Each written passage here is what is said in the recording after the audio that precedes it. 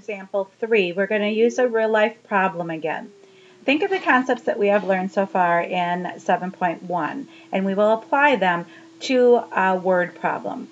In the fall, the Math Club and the Science Club each created an internet site. You are the webmaster for both sites. It is now January, and you are comparing the number of times each site is visited each day. That's our background knowledge. We have the Science Club and the Math Club. At the Science Club, there are currently 400 daily visits, and the visits are increasing at a rate of 25 daily visits per month. We learned about this as well in Chapter 6. To write an equation for that, we would go ahead and we would say we want to find out daily visits. So I'm going to go ahead and I'm going to use a capital V for that.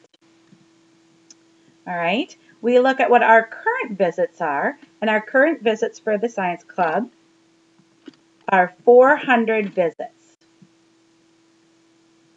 All right, sorry about that. We're going to go with the visits, and we are going to add the monthly increase of, so the rate we have. So that will be plus, and we have 25 per month, which is going to be our time. That would be our equation for the daily visits to the Science Club. Let's do the same thing for the daily visits to the Math Club. There we go. We're going to stay with the same equation. So we were trying to figure out visits. So we're going to stay with our visits equals. For the Math Club, we had 200 daily visits plus, we had current of 200 daily visits, and we are increasing at a rate of 50 daily visits per month. Good news has come out about the Math Club. All right, so those are our two equations. Again, this takes us back to example 2. We need to put these into an equation that we know how to graph. So to graph this equation, let's go ahead and put it in slope-intercept. We have our one variable here, or our one side that has an isolated term, which is our visits. That's going to stand as our y. The only thing I would like to do is I would like to switch this around, that we have b equals, and I'm going to put our coefficient with our variable time, and I'm going to add our constant term. Now that should resemble slope-intercept. Here would be our y-intercept. Here would be our slope, and again that's rate, how things change. That's 25, and our t would be our x there. Our x variable would be, let's go ahead and write that in there. So looking at this, we now have that in slope-intercept form.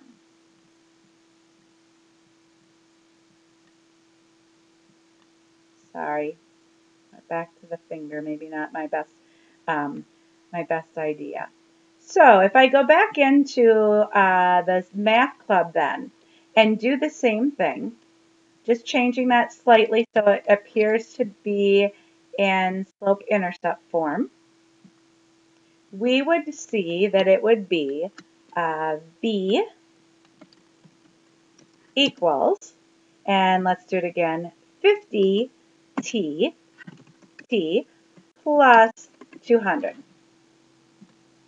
So we followed the steps of changing our equations into a graphable one. We have them both in slope-intercept form.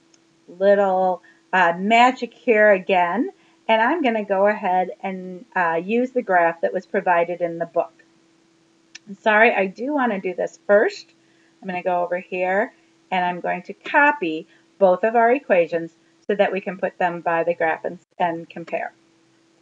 So when I'm doing this, I'm going to see that the textbook graphed this, that this was going to be their y-intercept here, 200, And then they changed at a rate of 50 over 1 for their slope.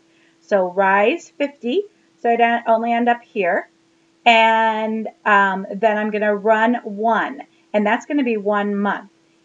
And that's going to be right here because each one of those lines stand for 2 months. Okay, let's go ahead and put that as our slope point. Here was our y-intercept. If I connected them, I would get this math line here.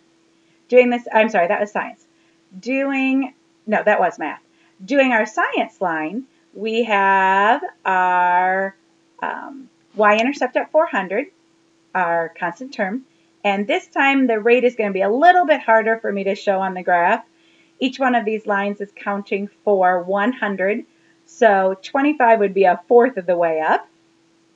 Okay, so that's my rise, and I'm going to go over 1. So I'm going to rise again another 25 and over 1. Or how about if I multiplied that so I could go ahead and do my, my slope here is 25 over 1.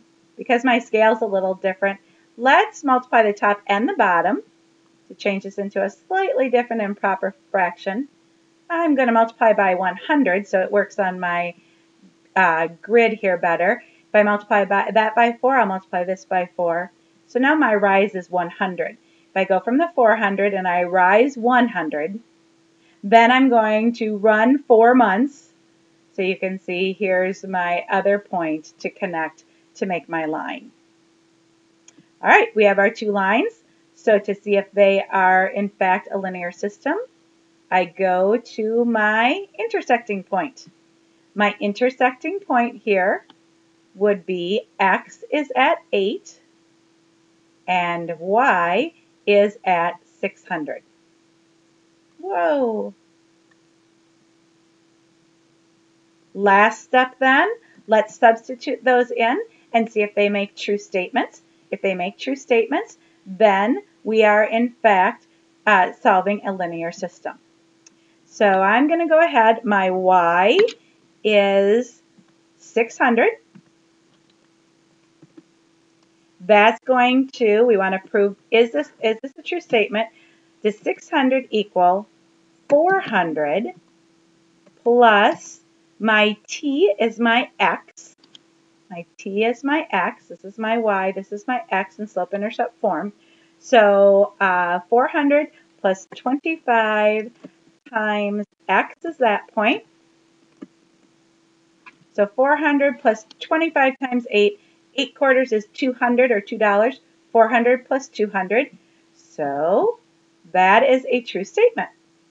Let's go with our next one, substituting in again. We have, this time, our statement, substitute in our y, 600 equals, and we have 50 for our slope, and x, y equals mx plus b. So our x there is going to be 8 again. If that is our intersecting point, we're checking to see if that is going to make a true statement, plus 200. So what do we have here? 50 times 8 is 400. Yes, I didn't do that in the last one. I probably could. 400 plus the 200, and that is a true statement as well. They both check, so we are at a linear system.